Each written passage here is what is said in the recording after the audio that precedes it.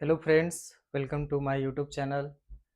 आज हम झारखंड का नामकरण, नोमेनक्लेचर ऑफ झारखंड, इसको जानने का प्रयास करते हैं।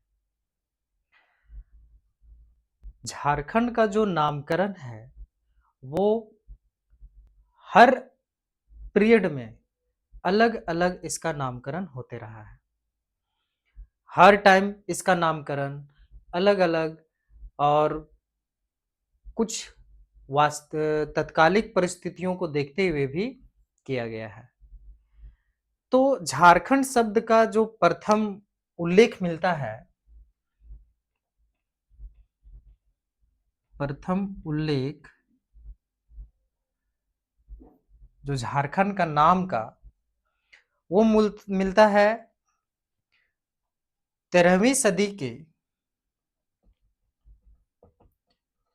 13वीं सदी के ताम्रपत्र ताम्रपत्र में इसका उल्लेख मिलता है। ताम्रपत्र में क्या मिलता है? झारखंड शब्द का, झारखंड का नाम, झारखंड राज्य का नाम। ठीक है।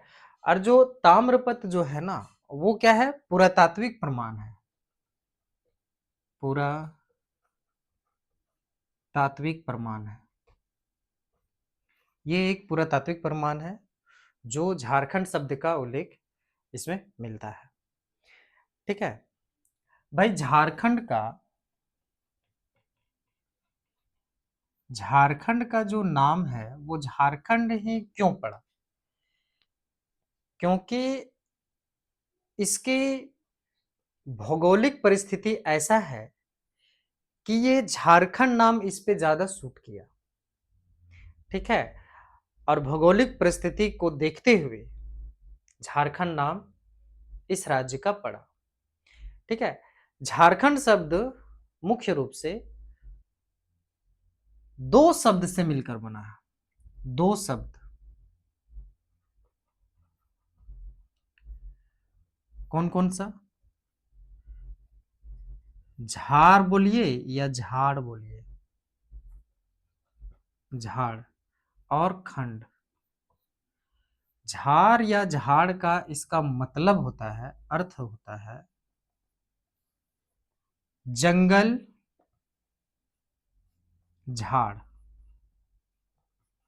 मतलब यहाँ पे जंगल, झाड़, पर्वत, पठार, ये सब देखते हुए झाड़ शब्द को जोड़ा गया।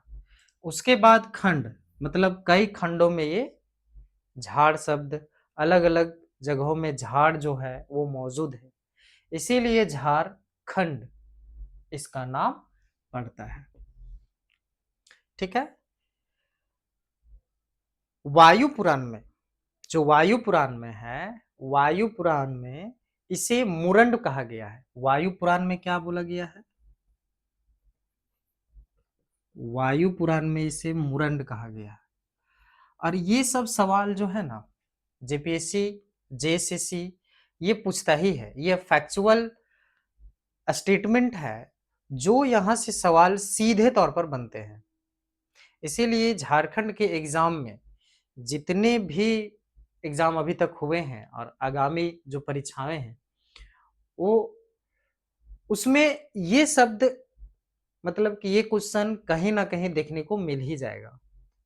क्योंकि पिछले परीक्षाओं को ध्यान में रखते हुए अगर बात करें तो झारखंड के नामकरण से क्वेश्चन पूछता ही है।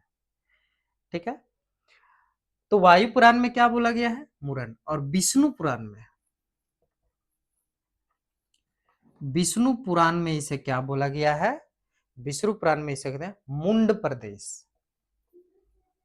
मुंड प्रदेश, इसे विष्णु पुराण में मुंड प्रदेश कहा गया है। उसके बाद भागवत पुराण में क्या बोला गया है?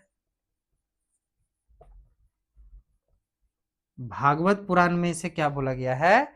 किकिट प्रदेश। किकिट, किकिट प्रदेश, ये भागवत पुराण में बोला गया है। ठीक है। अब आ जाता है महाभारत काल में।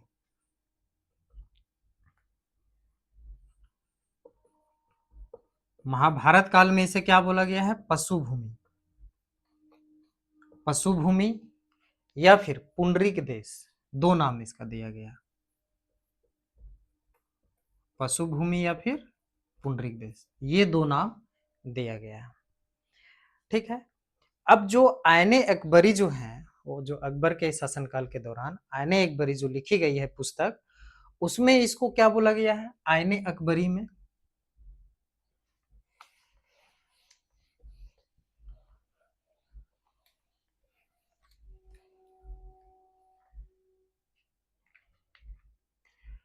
आयने अकबरी में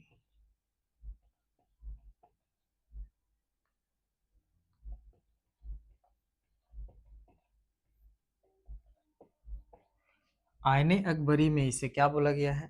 आयने अकबरी में मुख्य रूप से इसे कोकरा या खंकराह बोला गया है,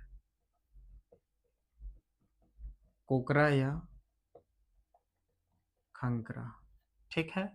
अब नेक्स्ट में आते हैं, जैसे कि पूर्व मध्यकालीन पूर्व मध्यकालीन समय जब चल रहे थे, पूर्व मध्यकालीन समय में, उस समय संस्कृत साहित्य में, संस्कृत का जो साहित्य है, संस्कृत साहित्य, उसमें इसे क्या बोला गया है? उसे इसमें झारखंड को कलिंग देश कहा गया है, कलिंग देश। ठीक है, ये संस्कृत साहित्य में कहा गया है। ठीक है। अब जो कौटिल्य के अनुसार जो है ना, कौटिल्य जो अर्थशास्त्र किताब लिखे थे अपने, उन अर्थशास्त्र किताब में कौटिल्य ने इन्हें झारखंड को क्या बोला है? कुक्कुट बोला है या कुक्कुट प्रदेश, कुक्कुट प्रदेश, कुक्कुट बोला है और कुक्कुट प्रदेश बोला है झारखंड को कौटिल्य जी ने अपने अर्थशास्त्र वाली पुस्तक में। ठीक है। उसके बाद तुजुकिए जहांगीरी, तुजुक ए जहांगीरी, तुजुकिए जहांगीरी नामक किताब में, जब जहांगीर के काल में झारखंड को क्या बोला गया था, ये मुगल मुगल से संबंधित है, तो उस समय झारखंड को बोला गया था कुकरा, कुकरा, ये बोला गया था। तुजुकिए जहांगीरी जो किताब लिखी गई है, उसमें झारखंड को कुकरा बोला गया। ठीक है। उसके बाद आते हैं वेनसांग, वेनसांग जो अपनी द्वारा जो किताब लिखे थे, उन्हें झारखंड को क्या बोले थे वे? किलो ना सुफिलाना, की लो ना सुफिलाना, इस तरह का वो नाम लिखे थे, किलो ना सुफिलाना। ठीक है। अब आ जाते हैं टॉलमी के द्वारा, टॉलमी के द्वारा जो, अब उन्होंने अपनी पुस्तक जो लिखी थी, उसमें इन्हें क्या बोला था? झारखंड को टॉलमी के द्वारा मुंडल कहा गया था। क्या बोला गया था? मुंडल। ठीक है। फाहियान के द्वारा, जो फाहियान थे,